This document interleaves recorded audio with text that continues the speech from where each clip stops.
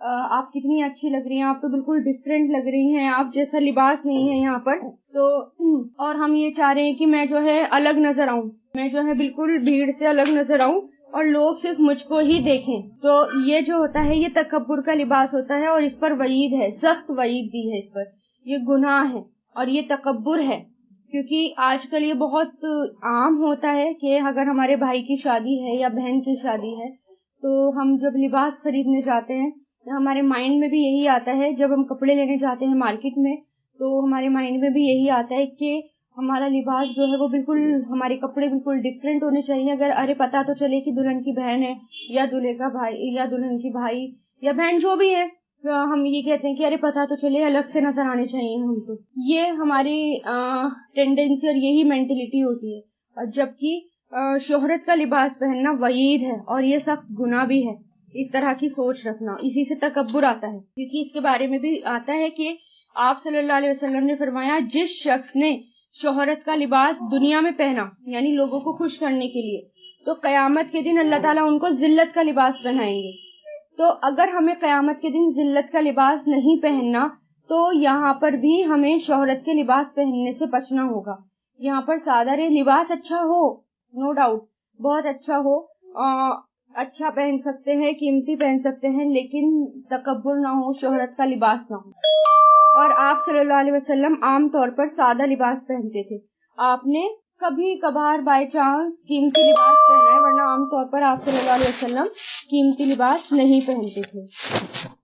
ایک روایت میں یہ بھی ملتا ہے کہ آپ صلی اللہ علیہ وسلم نے ایک چادر بھی اوڑھی جس کی قیمت 1000 روپے تھی اس ٹائم کے اکارڈنگ. تو امام ابو حنیفہ کے بارے میں آتا ہے کہ ان کی ایک چادر تھی اور اس کی قیمت 400 اشرفیہ تھی.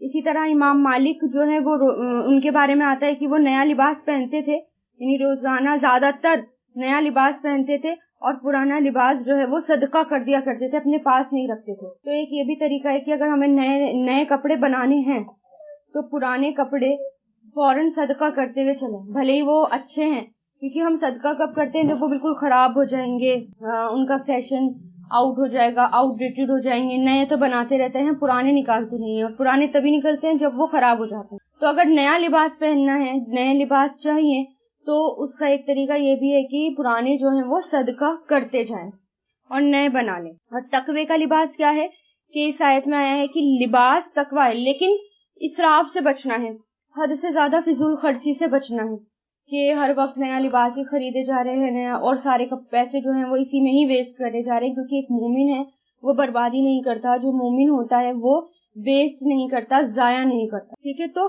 تقوی ہونا چاہیے اس میں بھی، کیونکہ اور تقوی کیا ہے، لباس تقوی کا ہو یہ بہتر ہے، اور یہ اللہ تعالیٰ کی نشانیوں میں سے ایک نشانی ہے تاکہ وہ نصیحت پکڑیں. تو تقوی کا لباس کیسا ہو؟ لباس ایسا ہو جس میں انسان کے اندر تقوی کا احساس ہو اور دیکھنے والے کو بھی اس انسان کے تقوی کا احساس ہو، یعنی وہ اس کو خود بھی ہو رہا ہے پہن کر تقوی کا احساس، اور دوسروں کو بھی نظر آ رہا ہے کہ ہاں یہ تقوی کا لباس اس نے پہنا ہوا ہے. تو اس کی شرط کیا ہو گئی، یعنی اتنا باریک نہ ہو کہ اس سے جسم جھلک رہا ہو. پہلی شرط یہ ہوگی کہ لباس باریک نہ ہو جس سے جسم جھلک رہا ہو. جیسے کہ نیٹ کی آستین، نیٹ کی سلیوز ہم بنا لیتے ہیں، ہم اس کو بالکل معمولی سمجھتے ہیں، سلیوز تو ہیں نیٹ کی ہیں، کوئی بات نہیں چل جائے گی. یا چلو ذرا سا اس میں اندر کپڑا لگا دیا، تھوڑا سا ہاف سلیوز، اور باقی نیٹ کی پوری وہ ایسی ہی ہے، ایز اٹ از ہی ہے. تو پورا لباس جو ہو اس میں سے کوئی بھی چیز ایسی نہ ہو جس سے جسم جھلک رہا ہو. دوسرا یہ کہ ٹائٹ نہ ہو جس سے ہمارے جو باڈی پارٹس ہیں وہ نظر آ رہے ہیں.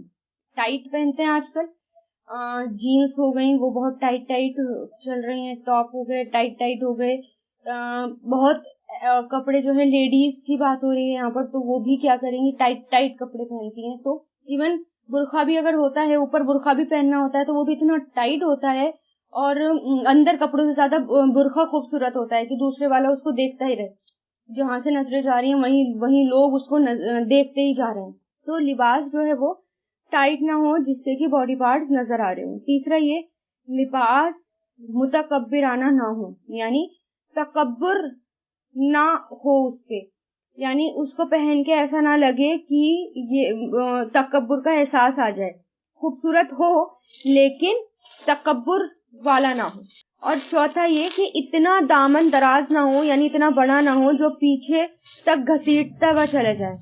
کیونکہ ایسا ہوتا ہے نا کہ جیسے گھر وغیرہ میں اگر قالین والین بچھے ہوئے ہیں تو لباس اتنا لمبا بنا لیا کہ وہ پیچھے گھسیٹتا ہوا چل رہا ہے، اور لوگ اس سے بچ چل رہے ہیں، دیکھو کپڑے ہیں تو وہ گھسیٹتا ہوا. جیسے پرانے سینس میں آپ دیکھتے ہیں، پرانے نہیں ابھی بھی، جیسے آپ دیکھتے ہیں کہ پیچھے راجا مہاراجا ہوتے ہیں، ان کی چادر ہے تو پیچھے تک گھسیٹتی ہوئی چلتی جا رہی ہے. تو ایسا لباس نہ ہو کہ جو کہ پیچھے سے گھسیٹتا ہوا چلا رہا ہے، وہ پسندیدہ نہیں ہے. اور ایسا لباس نہ ہو جس سے عورت نہ دکھے اور مرد نہ دکھے. جیسے عورت جینز پہن لیتی ہیں اور اوپر ایسی ٹاپ پہن لیتی ہیں، وہ مرد والے کپڑے پہن لیتی ہیں، تو ایسا نہ ہو جس کے عورت نہ دکھے اور مرد نہ دکھے. اور اپنی قوم کو چھوڑ کر دوسری قوم کا لباس پہننا بھی منع ہے. وہ اس لیے کیونکہ اس سے ذہنی مروبیت آ جاتی ہے. تو اپنا قومی لباس چھوڑنا درست نہیں. مطلب کیا کہ جیسے دوسرے ریلیجن کے لباس پہن لیے تو پتہ ہی نہیں چل رہا اپنا کہ کون ہے، دوسری قوم کے لباس پہن لیے اپنا پتہ ہی نہیں چل رہا، تو اس سے بھی منع کیا گیا. اور مردوں کو ریشمی لباس پہننا سخت منع ہے. ریشم، سلک مردوں کے لیے حرام ہے. عورتیں یوز کر سکتی ہیں لیکن مردوں کے لیے حرام ہے وہ. اس لیے بچیں ریشم کی، جیسے سلک کی چادریں ہوتی ہیں گھر میں، وہ بھی بچھانے سے بچیں. جیسے سلک کے صوفے کے کور لے لیے جاتے ہیں، کشن کور لے لیے جاتے ہیں، کیونکہ سلک جو ہے عورتوں کے لیے تو حلال ہے لیکن مردوں کے لیے وہ کسی بھی طرح یوز کرنا حرام ہے. اگر مرد آ کر گھر میں ہم بیٹھیں گے، اس پر بیٹھیں گے تو ہم ان کو گنہگار کر رہے ہیں. ٹھیک ہے، تو سلک یعنی پیور سلک جو ہو گئی، ریشم، اس سے بچنا چاہیے. ان کے کسی بھی طرح کپڑے مردوں کے لیے حرام ہیں. اور پھر یہاں پر کیا بتا دیا اللہ تعالیٰ نے؟ لباس کی بات. جس طرح لباس جسم کے عیب کو چھپانے کے لیے ہے، اسی طرح تقوی اخلاقی عیب چھپانے کے لیے. تو تقوی ضروری ہونا چاہیے کہ تقوی کا لباس پہنے. ایسا نہیں کہ کچھ بھی لباس پہن کر اور باہر آ رہے ہیں، نہیں، اس سے منع کیا گیا. تقوی کا لباس پہننے کے لیے کہا گیا. تو یہی کنڈیشن ہے، بس دھیان رکھیں. اور باقی آپ کچھ بھی پہن سکتے ہیں، بس یہ دھیان رکھیں کہ ٹائٹ نہ ہو، باریک نہ ہو، متکبرانہ نہ ہو، مرد والا نہ ہو، مشابہ نہ ہو، دوسرے کی قوم کے مشابہ نہ ہو. 3-4 شرطیں ہیں، اگر یہ پوری ہو جائیں گی تو لباس جو ہے وہ پھر کوئی سا بھی پہنا جا سکتا. پھر آگے دیکھیں آیت 27 میں اللہ تعالیٰ کیا کہہ رہے ہیں کہ یا بنی آدم، اے بنی آدم، لا یفتینکم، نہیں فتنے میں ڈالے تمہیں، یا یوں کہوں ہرگز بھی نہ فتنے میں ڈالے تمہیں. کیوں؟ کیونکہ آگے لام آ گیا اور فعل مضارع ہے اور نون کے اوپر شد آ گیا، تشدید آ گئی. جب نون کے اوپر تشدید آ جاتی ہے تو اس سینٹینس میں فورس ڈالا جاتا ہے. تو کیا ہے؟ یا بنی آدم، اے بنی آدم، لا یفتینکم، ہرگز بھی نہ فتنے میں ڈالے تمہیں. یفتیننا، ہرگز بھی نہ فتنے میں ڈالے، آزمانا، فتن سے بنائے، فاتانون، فتنا یفتینو، ہرگز بھی نہ فتنے میں ڈالے تمہیں، الشیطان، شیطان، کما مطلب مصیبت میں، آزمائش میں، کما جیسا کہ، اخرجا اس نے نکلوا دیا، اخرجا یخرجو کا مطلب ہوتا ہے نکلوا دینا، خراجا یخرجو کا مطلب ہوتا ہے نکلنا، اور اخرجا یخرجو کا مطلب ہوتا ہے نکلوا دینا، کسی کے تھرو نکلوا دینا.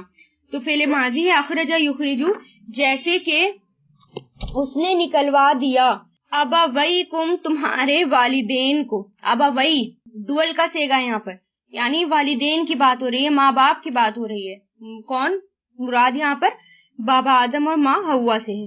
جیسا کہ نکلوا دیا تمہارے والدین کو، من الجنتی، جنت سے، ینزعو اس نے اتروا دیا، ینزعو نزع سے بنائے. نزع کس کو کہتے ہیں؟ کھینچنے کو کہتے ہیں.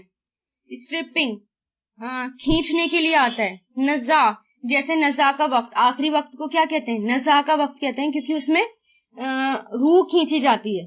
تو نزع ینزع، انزع جیسا کہ اس نے اتروا دیا، عنہما ان دونوں سے، لباس اہما لباس ان دونوں کے، لی یوریہما تاکہ وہ دکھائے انہیں، لی مطلب تاکہ، یوریا وہ دکھائے، ہما ان دونوں کو، یعنی ان دونوں کو شو کر دے، ارا سے بنائے، ارا یوری، اری یوریا، یا کے اوپر زبر اس لیے آ گیا، فعل مضارع ہے، یا کے اوپر زبر لام تاکید کی وجہ سے آ گیا، جو یہ لام یہاں پر تاکید والا آ رہا ہے، تاکہ وہ دکھائے ان دونوں کو، سوآتہما ان دونوں کی شرمگاہیں، انہو بے شک وہ، یراکم دیکھتا ہے تمہیں، را یرا فعل مضارع، بے شک وہ، یراکم دیکھتا ہے تمہیں، ہوا وہ، وقبیلہ اور اس کا قبیلہ، قبیل وہ جماعت جس میں 3 یا 3 سے زیادہ الگ الگ قوم کے لوگ ہوں، اس کو قبیلہ کہا جاتا ہے، اور اس کی جمع قبول ہے، اور قبیلہ بھی اسی سے ہے، یعنی ایک باپ کی اولاد یہاں پر شیطان کی اولاد کہا جا رہا ہے، وہ ہوا وہ، وقبیلہ اور اس کا قبیلہ، من حیثو من مطلب سے، حیثو جہاں سے، لا ترونہم تم نہیں دیکھتے انہیں، لا مطلب نہیں، ترونا تم دیکھتے، ہم انہیں، را یرا سے بنا ہے، ترونا یہ فعل مضارع ہے، ہم انہیں، انا بے شک ہم نے، جعلنا ہم نے بنایا، جعل یجلو شیاطین کو یعنی شیطانوں کو، اولیاء دوست، للذین ہاں ان کا جو لا یؤمنون نہیں وہ سب ایمان لاتے۔ اب یہاں دیکھیں کہ اللہ تعالیٰ نے لباس کی بات کی، یہاں پر لباس کی بات ہو رہی ہے کہ لباس کیسا پہننا چاہیے، تقوی کا لباس پہننا چاہیے، پھر اللہ تعالیٰ الرٹ کر رہے ہیں، اللہ تعالیٰ ہمیں سمجھا رہے ہیں، جیسے کہ ایک ماں سمجھاتی ہے، ایک ماں کا انداز ہوتا ہے سمجھانے کا، اسی طرح اللہ تعالیٰ سمجھا رہے ہیں کہ اللہ تعالیٰ نے بتا دیا کہ کیسا لباس پہننا ہے، پھر اللہ تعالیٰ نے بتا دیا کہ اے بنی آدم ہرگز بھی نہ فتنے میں ڈالے تمہیں شیطان، یعنی شیطان کی باتوں میں مت آنا، وہ تمہیں آزمائش میں نہ ڈال دے، وہ تمہیں فتنے میں نہ ڈال دے، جیسا کہ اس نے نکلوا دیا ابویکم تمہارے والدین کو، یعنی ایسا نہ ہو وہ تمہیں بھی جنت سے نکلوا دے، جس طرح تمہارے والدین کو جنت سے نکلوا دیا تھا، ایسا نہ ہو کہ وہ تم کو بھی جنت سے باہر نکلوا دے، اور ایسا نہ ہو کہ وہ تمہارے لباس جو ہے وہ اتروا دے، تاکہ وہ دکھائے انہیں ان کی شرمگاہیں، ایسا نہ ہو وہ دوسروں کے آگے تمہارے لباس اتروا دے اور شرمگاہیں دکھا دے، وہ اور اس کا قبیلہ جو ہے وہ تمہیں وہاں سے دیکھتے ہیں جہاں سے تم انہیں نہیں دیکھتے، یعنی اللہ تعالیٰ کیا کہہ رہے، شیطان اور شیطان کا قبیلہ یعنی شیطان کے دوست وہ کہاں سے دیکھتے ہیں، جہاں سے ہم نہیں دیکھتے، یعنی ہمیں وہ نظر نہیں آتے، لیکن وہ ہمارے اوپر ہر وقت نظریں گڑائے ہوئے بیٹھے رہتے ہیں، ہر وقت ہمیں دیکھتے رہتے ہیں، واچ کرتے رہتے ہیں کہ کس طرح ان کو جو ہے ایک دوسرے کے سامنے ننگا کر دیا جائے، ایک دوسرے کے سامنے ان کو ظاہر کر دیا جائے، اور یہیں سے بے حیائی پھیلتی ہے اور پھر انسان جنت سے باہر۔ تو دنیا میں شیطان کا انسان پر قابو پانے کا ایک بہت اچھا طریقہ ہے، اور وہ یہ ہے کہ وہ ان کے لباس اتروا دے، یعنی ریویلنگ ڈریسز، یہ شیطان کا بہت اچھا طریقہ ہے، انسان پر اس نے بہت اچھے طریقے سے قابو پا رکھا ہے، اور مردوں کے مقابلے میں عورتیں زیادہ ایسی ڈریسز پہنتی ہیں جن سے ان کے بدن نظر آ رہے ہوتے ہیں، اور خاص طور سے شادی وغیرہ کے موقع پر اگر ایک لیڈی جو ہے اگر ایک وہ پردے والی ہو عموماً، لیکن شادی پر اس کا بھی پردہ جو ہے وہ تار ہو جاتا ہے، شادی پر اس کا پردہ بھی ادھر ادھر ہو جاتا ہے، اپنی جویلری دکھانے کے لیے اپنے جو ہے سروں پہ تک پہ نارمل دوپٹہ بھی نہیں ہوتا، اور ویسے نارملی وہ جو ہے تقوی والا لباس پہنیں گے، لیکن شادی کے موقع پر تو اپنے آپ کو جج کرنے کا، واچ کرنے کا ایک طریقہ یہ ہے کہ شادی کے موقع پر اپنے آپ کو واچ کریں، تو پتہ چل جائے گا کہ ہم کتنے پانی میں ہیں اور کتنے پانی سے باہر۔ تو بظاہر ہمیں لگتا ہے نا کہ بس ایک ہی دن کی تو بات ہے، بس شادی پہ ہی تو ہم بے پردہ ہوئے تھے، باقی تو ایک ٹائم بھی نہیں، ایک دن بھی نہیں، ایک گھنٹے بھی نہیں، ایک پل بھی نہیں اپنے آپ کو بے پردہ کرنا، یا اتنا ٹائٹ لباس پہنتے ہیں کہ سارا جسم نظر آ رہا ہوتا ہے۔ اور اسی طرح لباس اتروانے کو عورتوں کی آزادی سمجھ لیا گیا، کیا کہا گیا، عورتوں کو آزاد رہنا چاہیے، برقع جو ہے وہ عورتوں کو آزادی چھین لیتا ہے، بہت پروپیگنڈا ہوا تھا نا پیچھے، اور اب بھی ہوتا رہتا ہے کہ برقع جو ہے اتنا زیادہ عورتوں کو رکھا جاتا ہے، چھپا کر رکھا جاتا ہے اور ان کے اوپر ظلم کیا جاتا ہے، ان کو برقعوں میں رکھا جاتا ہے، ان کو بھی آزادی چاہیے. کیا آزادی لباس اتروانے میں ہوتی ہے؟ یہ خوش فہمی ہے کہ جسم کو نمایاں کرنا آزادی ہے، ہمارے اپنے دماغ کی خوش فہمی ہے یہ. اور پھر اس کے بعد یعنی یہ آزادی کہاں سے ہو گئی؟ یعنی ایک اپنی ڈریسز اتار دینا، اپنا برقع، اپنے پردے کو ہٹا دینا، یہ آزادی کیسے ہو سکتی ہے؟ جبکہ اس کے بعد تو بہت زیادہ مشکلات آتی ہے. ہیرسمنٹ کرا جاتا ہے، ہراسمنٹ لوگوں کا، عورتوں کا کرا جاتا ہے، عورتوں کو بے عزت کیا جاتا ہے، تو وہ لباس اتروانے کی وجہ سے، کیونکہ لباس اتارنا ان کو آزادی لگتی ہے اور اس کے بعد کتنی مشکلات کا سامنا کرنا پڑتا ہے. تو یہ آزادی کیسے ہو گئی جس میں بعد میں مشکلات کا سامنا کرنا پڑے؟ اور تنگ لباس اور باریک لباس پہن کر انسان جو ہے وہ دوسروں کے ہاتھ کی پپیٹ بن جاتا ہے، کٹ پتلی بن جاتا ہے، اور جو دوسرا انسان جیسے چاہ رہا ہوتا ہے وہ ویسے ہی چلتا چلا جاتا ہے. ہم اپنے ہاتھوں میں نہیں رہتے، لوگوں کے ہاتھوں میں رہتے ہیں. دوسرا جیسے ہمیں چلوانا چاہتا ہے ہم ویسے چلتے ہیں. کیونکہ آپ یہ دیکھیں کہ کیا ہم لباس پہن کر اپنے آپ کو دیکھ پاتے؟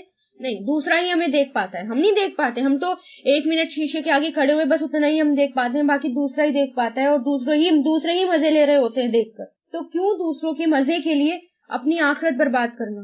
اور لباس عورت کے لیے بہت بڑی آزمائش ہے، اس کے لیے جنت میں جانے کے راستے میں رکاوٹ بھی ہے. آپ صلی اللہ علیہ وسلم نے فرمایا جہنمیوں کی 2 قسمیں میں نے ابھی تک نہیں دیکھی، یعنی آپ صلی اللہ علیہ وسلم زمانے میں یہ لوگ نہیں تھے. ایک وہ جن کے پاس بیل کے دموں جیسے کوڑے ہوں جن سے وہ لوگوں کو ماریں گے، یعنی ظالم حکمران. دوسرے وہ جو کپڑے پہننے کے باوجود ننگی ہوں گی، مائل ہونے والی اور دوسروں کو مائل کرنے والی. ان کے سر بختی اونٹ کی کوہان کی طرح ہوں گے، یعنی خاص طور پر ہیئر اسٹائل کا ذکر کیا گیا. ایسی عورتیں جنت میں داخل نہیں ہوں گی اور نہ ہی ان کی خوشبو پائیں گی، حالانکہ اس کی خوشبو ایک لمبا فاصلے تک آتی ہے. یعنی سر بکتی اونٹ کے کوہان کی طرح ہوں گے. ہیئر اسٹائل، بڑے بڑے جوڑے. آج کل دیکھیں اوپر جوڑے بنانا، بڑے بڑے جوڑے بنانا کتنا پسندیدہ ہے. بنی اسرائیل یہ کام کرتے تھے اور بنی اسرائیل پر جو عذاب آیا وہ اسی وجہ سے عذاب آیا.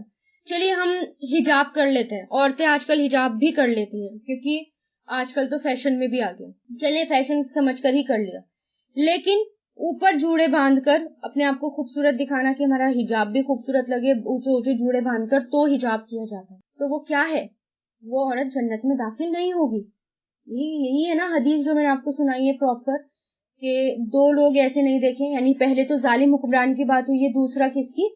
جو ننگی ہوں گی، دوسروں کو مائل ہونے والی اور دوسروں کو مائل کرنے والی، ان کے سر بختی اونٹ کے کوہان کی طرح ہیں. ایسی عورتیں جنت میں داخل نہیں ہوں گی. تو خاص طور سے اپنے ہیئر اسٹائل پر غور کرنا چاہیے. ہیئر اسٹائل کیسا ہے؟ جوڑے نہ باندھے، کہ اونچے جوڑے ہو گئے یا کیسے بھی جو جوڑا ہو گیا اس سے پرہیز کریں. تو یہ اللہ تعالیٰ کا شکر ہے کہ اللہ تعالیٰ نے ہمیں قرآن میں بھی اور حدیث میں بھی واضح کر دیا، کلیئر کر دیا کہ عورت کا لباس کیسا ہونا چاہیے. اور مردوں کو بھی یہ اجازت نہیں دی کہ وہ ننگے رہیں، کیونکہ مشرکین مکہ کیا کرتے تھے. یہاں پر اب خاص طور سے ایک یہ بھی ذکر ہے کہ مشرکین مکہ جو ہے وہ، جیسا کہ نیکسٹ آیت میں بھی آ رہا ہے، مشرکین مکہ ننگے ہو کر طواف کیا کرتے تھے. تو یہاں پر اسی کا ذکر ہے، ان کی جو ایک رسم ہے جاہلانہ رسم، ان کا ذکر ہے. آگے وہ دیکھیں، آگے ہے پہلے یہ، ہاں تو یہ ہے کہ لباس کیسا پہنے؟ ایسا لباس پہنے جو لباس ہمیں جنت سے نہ نکلوا دے، کیونکہ لباس عورتوں کے اور جنت کے بیچ میں آڑ ہے. ٹھیک ہے، اور سب سے زیادہ لباس اتارنے کی وجہ سے ہی عورتیں جہنم میں جائیں گی. اور اس لیے کوشش کریں کہ لباس تقوی کا پہنے. اور جیسے آپ ریگولر رہ رہے ہیں، اگر پردے میں ہیں تو شادی کے موقع پر، چاہے اپنے گھر میں شادی ہو چاہے باہر شادی ہو، اس وقت بھی پردے میں رہیں. اپنے پردے کو دوسروں کی وجہ سے نہ اتاریں، دوسروں کو خوش کرنے کی وجہ سے اپنے پردے کو نہ روکیں.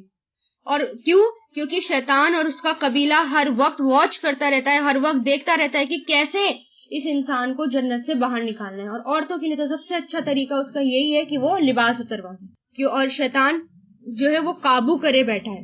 آیت 28 دیکھیں، وَإِذَا فَعَلُوا، اور جب وہ کرتے ہیں، وا مطلب اور، اذا جب فعلوا وہ کرتے ہیں، فعلا یفعلوا سے بنائے، فعلو فعل ماضی ہے، لیکن اذا کی وجہ سے اس کا جو اذا کی وجہ سے یہ فعل مضارع میں ہو رہا ہے.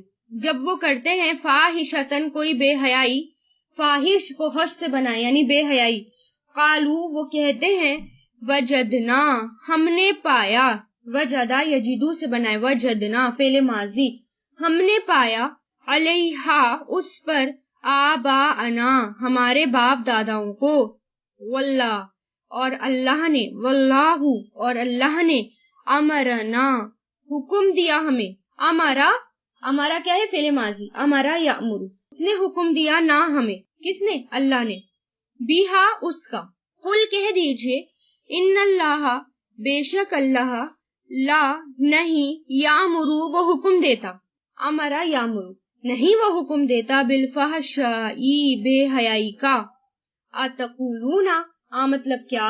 تقولونا تم سب کہتے ہو، قالا یقولو سے، تقولونا تم سب کہتے ہو، علی اللہ اللہ پر، ما جو، لا تعلمون نہیں تم سب جانتے، تم کہتے ہو اللہ پر جو نہیں تم سب جانتے. تو یہاں پر زمانے جاہلیت میں شیطان نے لوگوں کو جن بےہودہ رسموں میں مبتلا کر رکھا تھا، جن بےہودہ رسموں میں بزی کر رکھا تھا، ان میں سے ایک یہ بھی طریقہ تھا کہ قریش کے علاوہ کوئی بھی شخص اگر کعبے کا طواف کرنے، یعنی جب بھی کعبے کا طواف کرنے آتے تو وہ اپنے کپڑوں میں کعبے کا طواف نہیں کر سکتے تھے، بلکہ یا تو وہ کسی قریش سے اس کے کپڑے مانگ کر طواف کرتا یا پھر ننگا ہی طواف کرتا.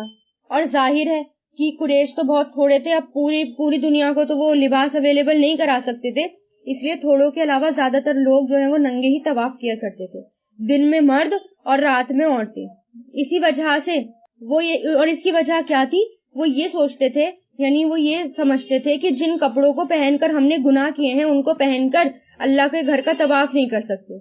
یہ بیت اللہ کے ادب اور احترام کے خلاف ہے کہ ہم گنہگار جن کپڑوں میں پہن کر گناہ کیا ہے اسی میں ہم جو ہیں وہ طواف کریں. تو یہاں پر ان کو یہ نہیں پتا، یعنی لباس اتروا دینا اور بھی زیادہ بے حیائی اور ادب کے خلاف ہے، انہیں یہی نہیں پتا. تو یہاں پر ان کی اس رسم کا ذکر کیا گیا ہے. اور حضرت عبداللہ بن عباس فرماتے ہیں کہ ایام جاہلیت میں، یعنی جاہلیت کے دن میں عورتیں بھی برہنہ ہو کر، یعنی عورتیں بھی نیوڈ ہو کر کعبے کا طواف کرتی اور کہتی جاتی کہ کوئی ہے جو مجھے عاریتن ایک کپڑا دے دے تاکہ میں اس سے اپنی شرمگاہ ڈھک لوں. پھر کہتی آج یا تو کچھ شرمگاہیں کھلی رہیں گی یا پوری، بہرحال جتنی بھی کھلی رہیں گی میں کسی پر حلال نہ کروں گی. تب یہ آیت نازل ہوئی کہ جب وہ کرتے ہیں کوئی بے حیائی تو وہ کہتے ہیں ہم نے پایا اس پر اپنے باپ داداؤں. تو یہاں پر اللہ تعالیٰ نے اس بےہودہ رسم کا ذکر کیا ہے کہ جب یہ لوگ کوئی فحش یا گندا کام کرتے ہیں یا کوئی نیک آدمی ان کو اس سے منع کرتا ہے تو وہ یہ جواب دے دیتے ہیں کہ ہمارے باپ دادا بھی تو یہی کام کرتے تھے. تو اللہ تعالیٰ یہی کہہ رہے ہیں کہ اللہ تعالیٰ کے بارے میں جھوٹ کیوں کہہ رہے ہو، اور یہ کہتے تھے کہ اللہ تعالیٰ نے ہی اس کا حکم دیا ہے. تو اللہ تعالیٰ یہی کہہ رہے ہیں کہ اللہ تعالیٰ ایسی بے حیائی کا حکم کیوں دیں گے، اللہ تعالیٰ اتنے غلط کاموں کا حکم نہیں دیتے، اور یہ اللہ تعالیٰ کے بارے میں جھوٹ ہے، گناہ کی بات ہے یہ. اور بے حیائی کا حکم تو شیطان دیتا ہے، اللہ نہیں دیتے. گناہ کی طرف شیطان لے کر جاتا ہے، اللہ تعالیٰ نہیں. تو یہی اللہ تعالیٰ کویشچن کر رہے ہیں، کیا تم کہتے ہو اللہ پر جو تم نہیں جانتے، یعنی تم اللہ پر ایسی باتیں کر رہے ہو جو تمہیں نہیں پتا. کیونکہ یہی ہوتا ہے نا، لباس اتار دیتے ہیں، آج بھی یہی ہو رہا ہے، لباس اتار دیتے ہیں. اتارنے کا مطلب کیا ہے میرا؟ نیوڈ نہیں. لباس اتارنے کے ٹائٹ ہوتا ہے یا باریک ہوتا ہے، تنگ ہوتا ہے، باڈی پارٹ 50 سے زیادہ % نظر آ رہے ہوتے ہیں تو اس کو بھی نیوڈ ننگا ہونا ہی کہا جاتا ہے. تو اس کا ریزن کیا دے دیتے ہیں؟ الگ الگ بہانے، یا تو فیشن کے طور پر، یا باپ داداؤں کے طور پر، یا بہت زیادہ تم دوسرے اگر تقوی والے تو تم بہت زیادہ ریلیجیس ہو رہی ہو، بس یہی سب بہانے بنا دیتے ہیں اور اپنے آپ کو ننگا رکھ لیتے ہیں. تو منع کیا گیا اس سے، اور یہ بھی کہا گیا کہ اللہ کے بارے میں اللہ کے ساتھ مت جوڑو اس کو. اللہ تعالیٰ یہ بے حیائی کا حکم نہیں دیتے، یہ اللہ تعالیٰ کے بارے میں جھوٹ ہے. قل کہہ دیجئے، یعنی اللہ تعالیٰ آپ صلی اللہ علیہ وسلم سے کہہ رہے ہیں، کہہ دیجئے امرا حکم دیا، اس نے حکم دیا، امرا یامرو فعل ماضی، ربی کس نے؟ ربی میرے رب نے، رب پلس یا لگ گیا تو میں، میرے رب نے، بالقسط انصاف کا، قسط انصاف کا، وَأَقِیمُوا اور قائم کرو، قاما یقیمو، اقیمو فعل امر ہے، اور قائم کرو، اقاما یقیمو سے بنائے، اور قائم کرو یعنی سیدھا کرو، قائم کرو، وجوہکم اپنے چہروں کو، وجہا کی جمع وجوہ ہے، اپنے چہروں کو یعنی تمہارے چہروں کو، اندا پاس، کلی مسجدی ہر نماز کے وقت، ودعوہ اور پکارو اسے، دعا یدعو سے اور پکارو اسے، مخلصینا خالص کرتے ہوئے یعنی خاص طور سے خالص کرتے ہوئے، لہو اس کے لیے، الدینہ دین کو، کما جیسا کہ بداکم اس نے ابتدا کی تھی تمہاری، بدا کہتے ہیں شروعات کرنے کو، ابتدا کرنے کو، شروع کرنے کو، جیسے کہ اس نے شروعات کی تھی تمہاری، ابتدا کی تھی تمہاری، تعودون ویسے ہی تم تعودون لوٹو گے، عادہ یعودو سے، تعودون تم سب لوٹو گے، فعل مضارع، یعنی اللہ تعالیٰ کیا کہہ رہے ہیں کہ آپ صلی اللہ علیہ وسلم سے کہ ان لوگوں سے یہ کہہ دو کہ اللہ تعالیٰ نے تو حکم دیا، یعنی میرے رب نے انصاف کا حکم دیا ہے۔ کس کو کہتے ہیں؟ انصاف کو۔ یہاں لباس میں بھی اعتدال ہو، لباس میں بھی انصاف ہو، یعنی ضرورت سے زیادہ کپڑا نہ پہنے اور نہ ضرورت سے زیادہ کم کپڑا پہنے۔ ضرورت سے زیادہ کپڑا کیسے ہوتا ہے؟ جو پیچھے تک بھی گھسیٹتا ہوا چلا جائے، اور ضرورت سے کم کیسا ہوتا ہے؟ جس میں سطر بھی نہ چھپ رہے ہوں۔ اعتدال سے یعنی سطر کا چھپنا ضروری ہے، وہ بھی نہیں چھپ رہے ہوتے، تو اعتدال ضروری ہے ہر معاملے میں۔ تو یہاں پر کیا ہے کہ میرے رب نے حکم دیا انصاف کا، اور کیا، اور یہ بھی حکم دیا کہ اپنے چہروں کو ہر نماز کے وقت سیدھا رکھو، درست رکھو، یعنی لباس نماز کے وقت بھی ان کا خیال کرو۔ لباس کی بات ہو رہی ہے تو نماز کے وقت بھی لباس کا دھیان رکھو۔ ہم کیسے لیتے ہیں نماز کے وقت بھی لباس، کہ دوپٹے بھی ایسے ہوتے ہیں کہ اس سے ہمارے بال نظر آ رہے ہوتے ہیں، یا اتنے باریک ہوتے ہیں کہ کلر نظر آ رہا ہوتا ہے، اتنے چھوٹے ہوتے ہیں کہ وہ اس سے ہاتھ کھل جاتے ہیں، تو ایسا لباس نہ ہو۔ بالکل ہر وقت اپنے چہروں کو نماز کے وقت قائم کرو، سیدھا رکھو، اور پکارو اسے خالص کرتے ہوئے اسی کے لیے دین کو، یعنی دین صرف اور صرف نیت کیا ہو کہ میں اللہ کے لیے کر رہی ہوں اور کسی کے لیے نہ ہو، خالص ہو، نیت اچھی ہو، صرف اللہ کی رضا حاصل کرنے کی ہو۔ اور پھر اللہ تعالیٰ نے کیا کہا؟ جیسا کہ اس نے تمہیں پہلی بار بنایا ویسے ہی تم دوبارہ اس کے پاس لوٹائے جاؤ گے، یعنی جس طرح اس نے تمہیں بھیجا ہے اسی طرح تم اس کے پاس لوٹو گے، اسی طرح اٹھ کر قبروں سے اس کے پاس آؤ گے۔ تو اس لیے کیا کرنا ہے؟ اللہ تعالیٰ کے حکم کو مانو، جو اللہ تعالیٰ نے قرآن میں کہہ دیا اس کو فالو کرو، کیونکہ آخر کار مرنا ہے، موت ہے، مرنے کے بعد زندہ ہونا ہے اور اللہ تعالیٰ کے پاس جانا ہے۔ جیسے دنیا میں آئے تھے ویسے ہی جائیں گے۔